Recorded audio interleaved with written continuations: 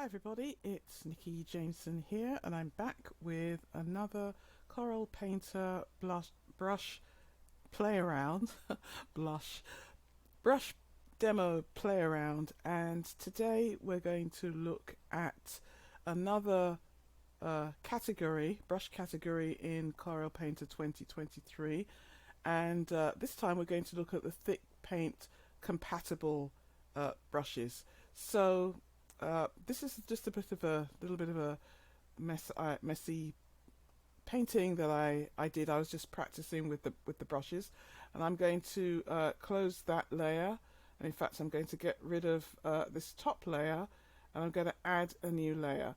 So we're going to be looking at thick paint brushes, and the difference between the thick paint compatible brushes and other thick paint brushes is that if you're looking at you are painting with a thick paint, let's say a thick paint palette knife in Corel Painter, what happens is that Corel Painter adds a special layer, a thick paint layer, and you won't be able to paint on just an ordinary layer. So you could paint, but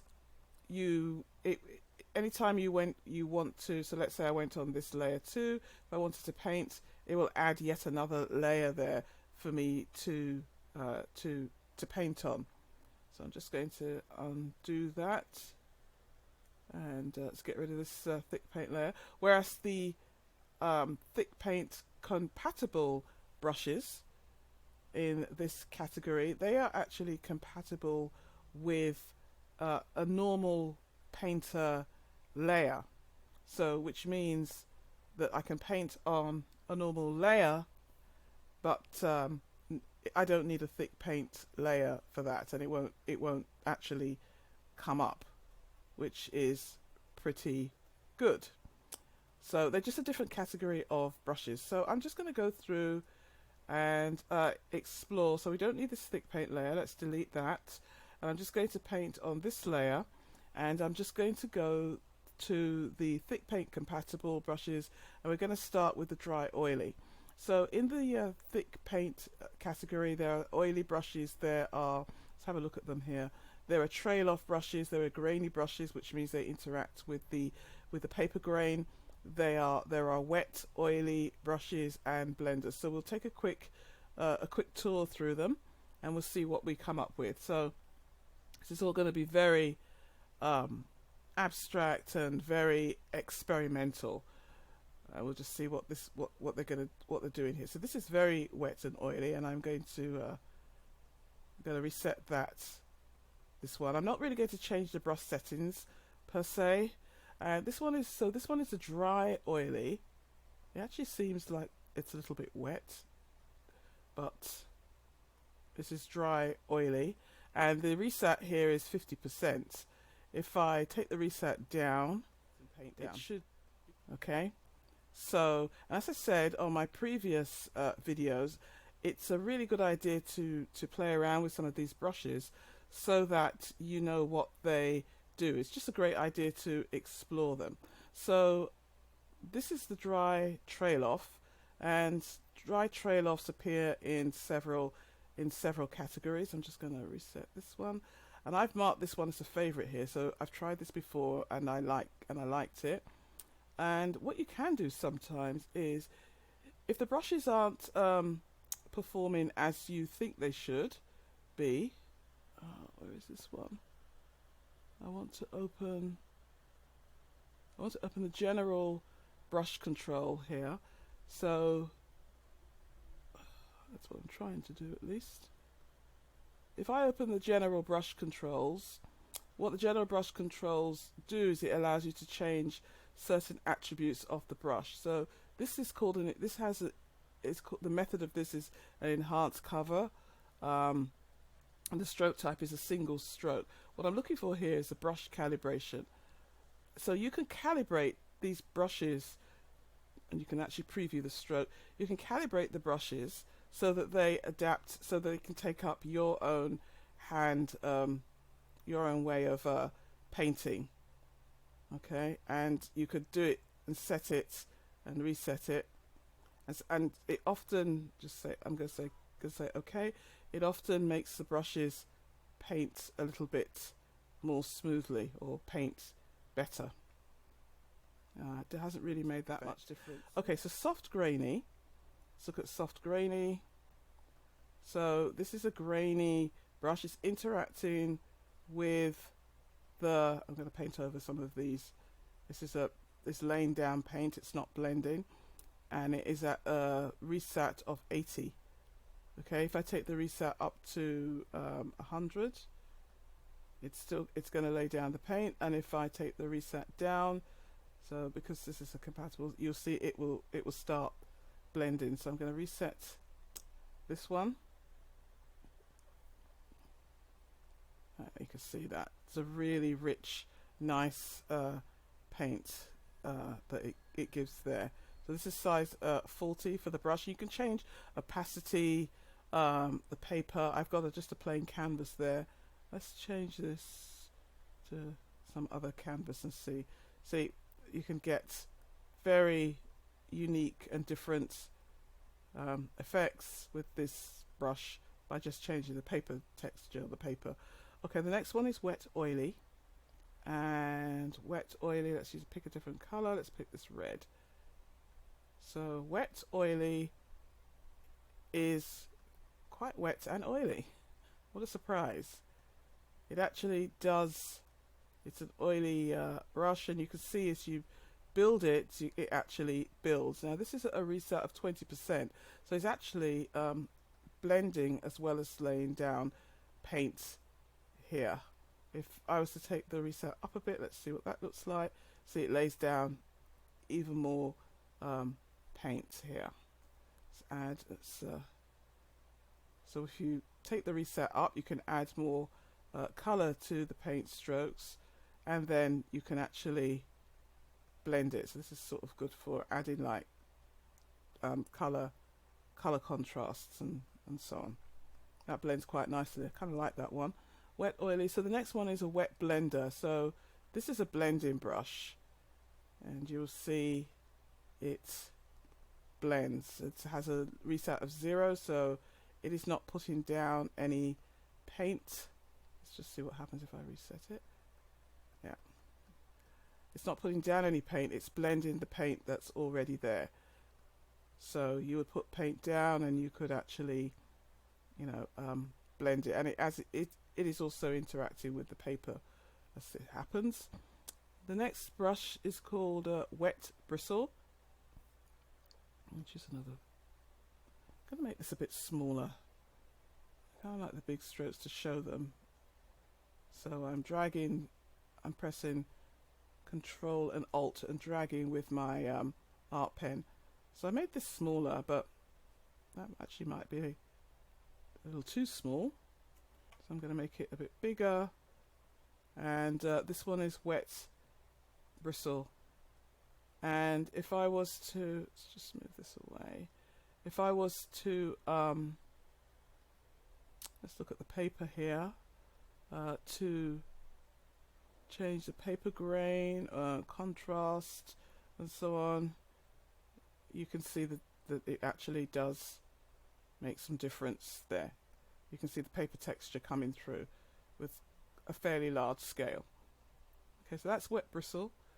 Scramble Blender we tried, we looked at this in another video. As I say, it's great for blending, so it will blend paint that's there in a very oily and smudgy fashion, which is pretty cool. So it's good for things like clouds and building up backgrounds. We won't spend too much time on that. Etch is probably quite self-explanatory. It actually etches into the paint and the substrate and the paper and the paint. So you can see, if you can see, I'm trying to make this a little bit, see if I can make this a bit bigger. You can see it's almost as if it's eating into the paper. I would use this brush with caution, unless you really want this texture-y style, which could be good if you depending on what you want to use it for. It definitely adds textures to it. Okay, we'll move on from etch to dry pastel. So I played around with this brush, and I actually this one's still doing. I want to calibrate this one actually. See if that actually does anything and gets it working. Oh, okay.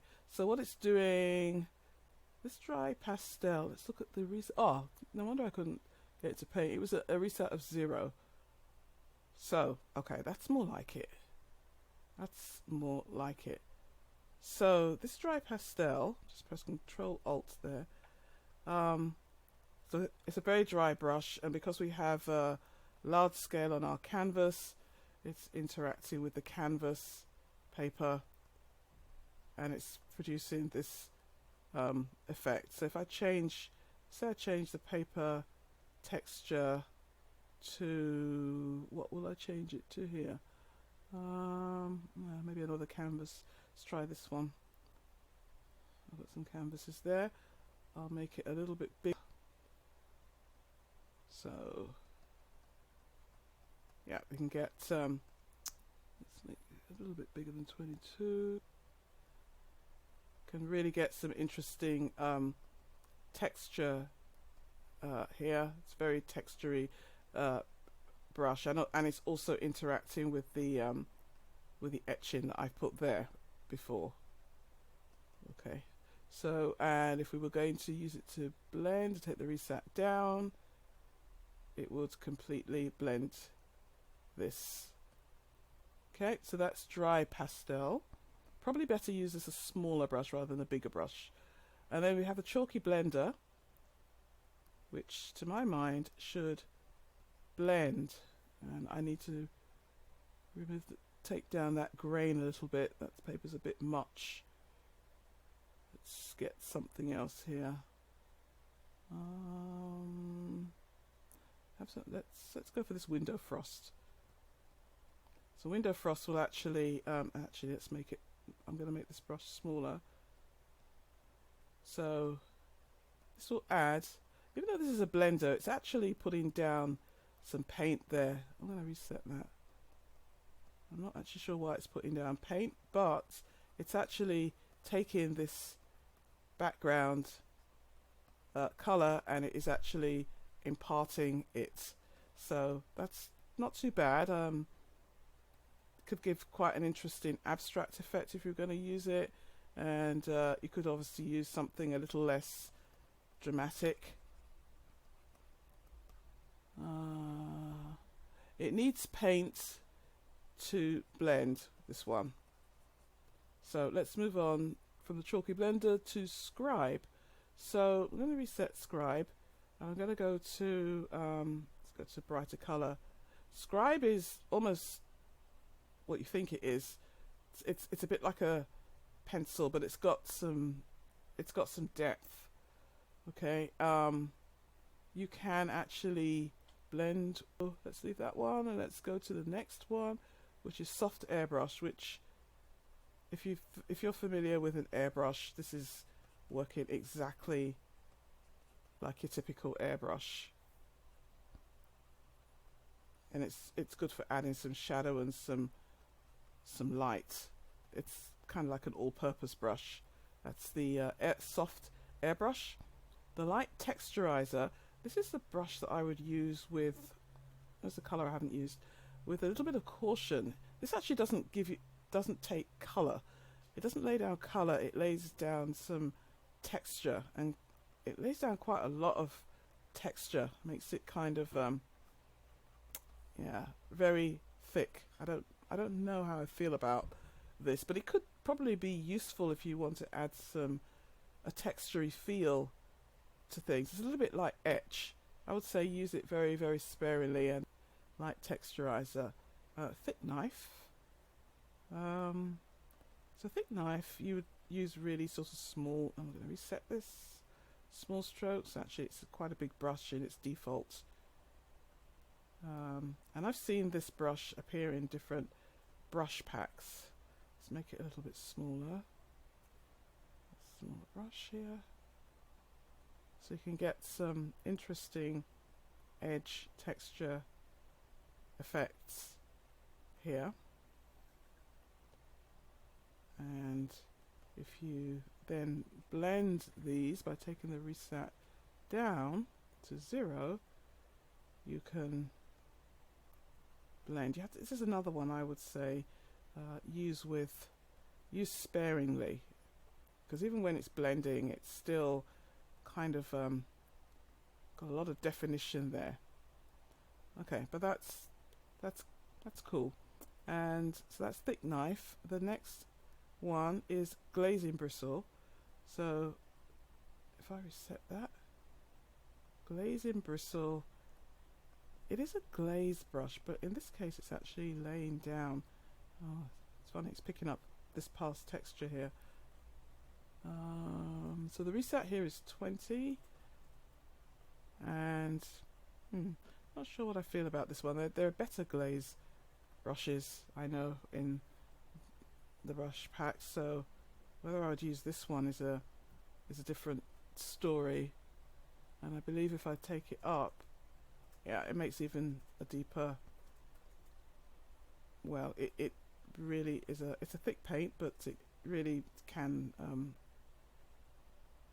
probably lift it up from a texture perspective. Okay, but it's a pretty big knife in its default big brush.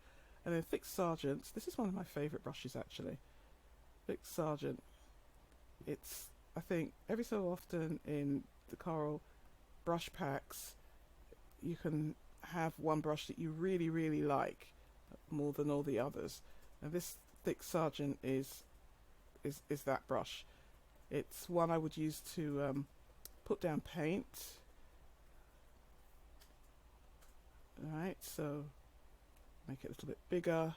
So it reminds me a little bit of the scrambled brushes, but it's a bit oilier and wetter. And so if I sample colours there, I'm really making a mess of this abstract or whatever it is I'm calling this thing. But it is mixing. It's also it's putting down the paint, but it's also mixing it. And the reset at this point is like 74%. So if I take it right down to 0, it does even more blending. So this would be a really good brush for either creating abstract paintings, creating abstract brushes. I think it's very similar to the scrumble brushes. I think it's a fun brush. If I'm going to put paint down, I would take the reset back up and add paint that way. So thick sergeant, let's just reset it. It starts out fairly small, but you can definitely add a ton of colour with this particular brush. Okay, so those are the thick paint compatible brushes. Quite a few nice brushes there, worth playing around with. So thanks for watching, and see you in the next video.